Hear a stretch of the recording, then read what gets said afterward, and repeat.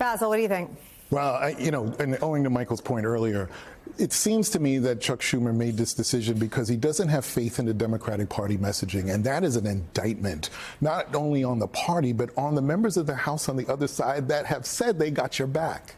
And that's essentially what they're saying. AOC's comment with that she felt betrayed and Democrats felt betrayed. I mean, I don't know what conversations Senator Schumer had with the House leadership, but if he didn't feel that they had their back, they clearly do.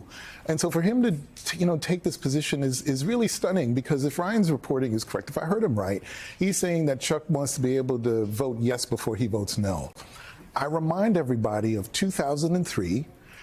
John Kerry running for president. I made the ad. And you made the ad. And was it the Iran vote? No, it was a vote on military spending. On military spending. In the middle of the Iraq war. I voted yes before I voted against. Right. So when you're explaining, you're losing. This is not a point where you should go out and explain. This should be a visceral gut reaction to what Donald Trump is doing. And on the House side, they've got that. They've got that because they saw Congressmember Green leave in protest from the House, and 10 Democratic members of Congress vote to censure him. So you've got grassroots folks in the party saying, how can our party do that when somebody that we saw stand up to the president was sort of, left the chamber? We should be supporting more activity like that, not bowing down to the guy. And so the grassroots reads this as a capitulation, as a bow down. And for Hakeem Jeffries to come out and say, I started thinking about new leadership. That is a major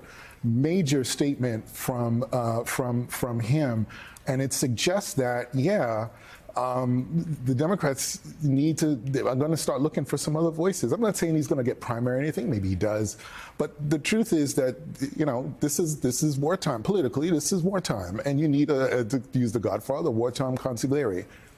Is he that? He's got to step up. I don't. We're also damn polite. No, I don't think anybody thinks he is. No, he's not. Michael Steele.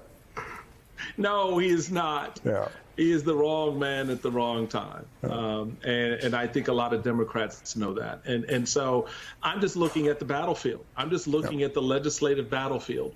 And here's the rub. It just sort of stepping back and looking at what we have.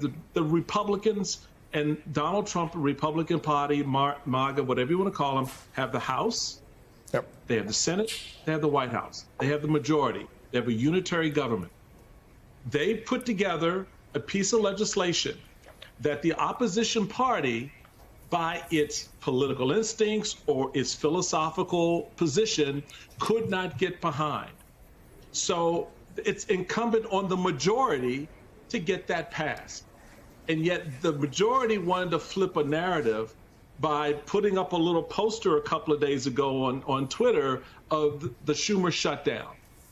And that scared him. That scared him. He didn't have a counter narrative to the Schumer shutdown.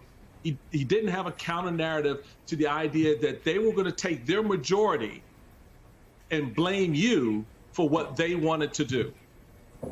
Because at the end of the day, we already have on record Republicans saying they were okay with shutting down the government. Right. Okay. You don't need my votes. Right? That's the political strategy for the Democrats. What do you need us for? Well, you got members saying shut it down. You go work it out with them. Right. Yeah, I mean, Democrats are your best gal pal or guy pal dating the guy or gal that's an absolute piece of you-know-what.